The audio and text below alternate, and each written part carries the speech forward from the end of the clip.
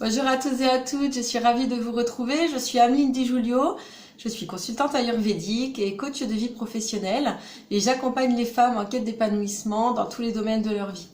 Donc aujourd'hui, nous allons parler des schémas comportementaux inconscients acquis dans notre enfance.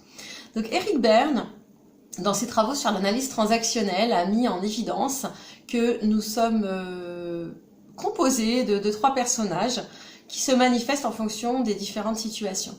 Donc ces trois personnes en nous sont l'état parent, l'état enfant et l'état adulte. Donc l'état parent, c'est toutes les pensées, tous les comportements, toutes les émotions, les sentiments que nous avons vus de nos parents. Nos parents, c'est au sens large, hein. Ça peut être nos grands-parents, ça peut être nos parents, notre maîtresse, notre nounou, toutes les figures d'autorité. Cet état parent, il s'enrichit au fil de l'eau avec d'autres comportements, mais qui viennent malheureusement confirmer les comportements qu'on a déjà intégrés auparavant. Donc par notre patron, par une figure politique, des choses comme ça, des gens importants pour nous quand on grandit et quand on devient adulte.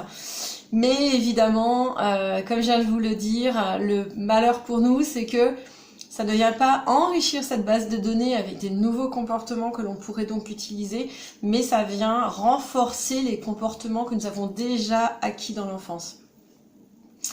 Ensuite, on a l'état enfant. Donc l'état enfant, c'est l'ensemble des pensées, des sentiments, des émotions et des comportements que nous avons eus nous en tant qu'enfants. Et tout ça, c'est stocké dans l'état enfant. Et quand nous utilisons des comportements que nous avons déjà eus. Nous réagissons d'une façon que nous avons déjà eue avant par le passé. Le troisième état, c'est l'état adulte. Alors l'état adulte, il s'est construit bien plus tard. Et cet état-là, c'est un état neutre. Il analyse, il pose des questions, il demande des informations. Donc par exemple, il demande quelle heure est-il, combien de ventes on a fait le mois dernier, etc., etc. Et en fonction, il prend des décisions, on va dire, objectives. Notre cerveau se sert de notre base de données pour réagir. Il ne peut pas utiliser ce qu'il n'a pas intégré. Donc il utilise forcément ce qu'il a vu ou ce qu'il a fait. Voilà, donc ça c'était pour cette première vidéo sur la prise de conscience de ces schémas comportementaux. Donc la semaine prochaine, on va voir plus en détail les différents modes de l'enfant.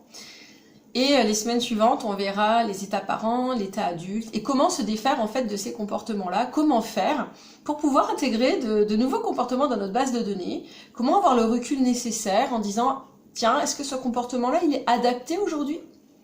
Est-ce qu'à l'époque, il était peut-être justifié ou pas d'ailleurs? Peut-être que nos parents ont réagi comme ça parce qu'eux-mêmes le tenaient de leurs parents, qui le tenaient de leurs parents, etc. Donc je vous remercie beaucoup pour votre attention. Donc si vous avez aimé cette vidéo, je vous invite vraiment à mettre le petit pouce parce que ça va pouvoir m'aider.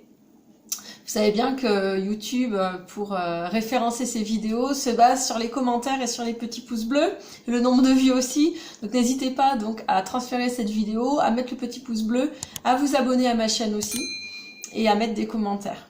Et voilà. Mais écoutez, je vous souhaite une très très belle journée, une très très belle soirée. Je vous dis à la semaine prochaine, donc dimanche prochain, 14 h pour la suite de cette vidéo. Merci beaucoup, au revoir.